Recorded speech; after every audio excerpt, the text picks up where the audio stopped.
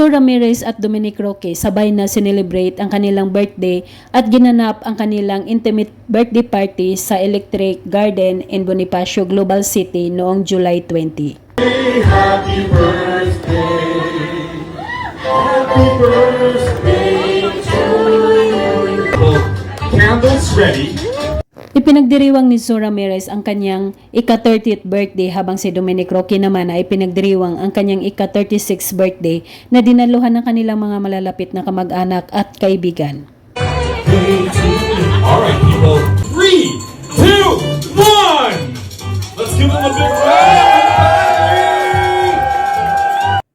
Pagkatapos kantahan, mag-wish at hipan ang kanilang birthday candle, nagpaabot ng kanilang mensahe sina Sue at Dominic para sa kanilang mga bisita na dumating sa gabing iyon. Thank you din sa lahat ng mga tumulong sa amin para maging posible ang party natin. Maraming salamat po sa lahat ng bisita namin at sa tumulong para magawa ito. Ang dalawa ay nag-enjoy sa kanilang birthday party. Napaka-sweet na isinayaw ni Dominic Roque si Sue at kitang-kita ang pagmamahal ng binata sa dalaga lalo na sa paghalik nito sa noo. But then you took my hand, you grabbed it right, you pressed me into your chest and kissed my. Nilapitan ni Sue Ramirez at Dominic Roque ang may-ari ng napakagandang couple cakes na ibinigay para sa kanilang kaarawan. Nagpa-picture at halatang nagustuhan at nasiyahan ang dalawa.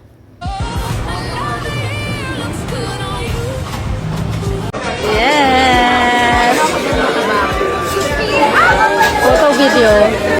Pinasasalamatan din ng dalawa ang gumawa ng kanilang birthday souvenirs para sa ipamimigay ng kanilang mga bisita na dumalo sa kanilang birthday party na talaga namang napakaganda at super cute. Thank you, Heart and Soul Philippines, for being part of our birthday celebration. Maraming salamat! Thank you!